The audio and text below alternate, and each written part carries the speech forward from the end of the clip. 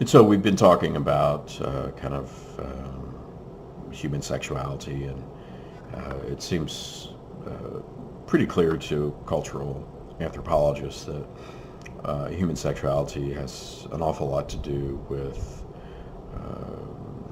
culture, more so probably than even biology, although that may seem counterintuitive.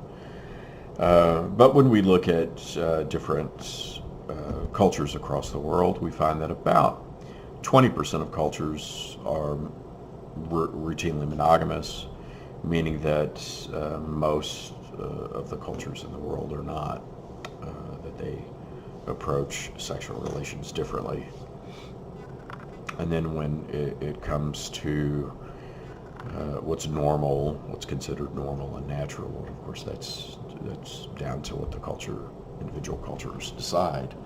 Then with cultures like the Sambia, for instance, clearly they tend to prefer same-sex activity. In some cultures, they report that there is no opposite, or there's no same-sex sex at all.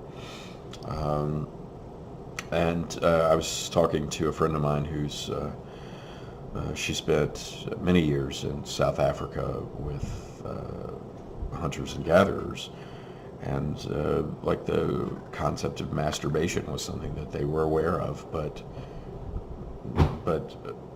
they never did it. And so we live from one culture to the next. We find quite a lot of variation as it relates to human sexuality. And at the end of the day, if you want to know, if someone approached me and wanted to know what was,